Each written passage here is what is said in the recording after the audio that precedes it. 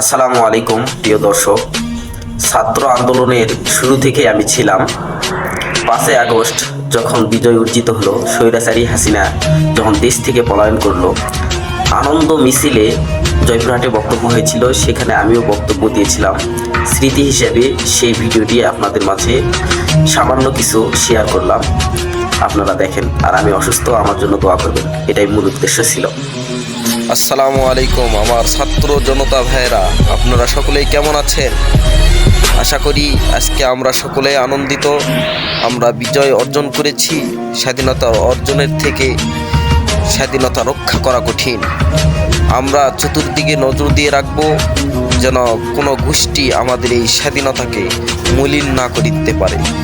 আমরা সকলের জানমাল হেফাজতের জন্য সবাই সজাগ দৃষ্টি রাখব। আশা করি আমার এই বক্তব্য আপনারা সকলেই গ্রহণ করবেন এবং পরবর্তীতে যদি কোনো স্বৈরাচার আবার আমাদের দেশে আগমন ঘটে, আমরা এইভাবে সকল ছাত্র জনতা মিলে তাদেরকে প্রতিহত করব।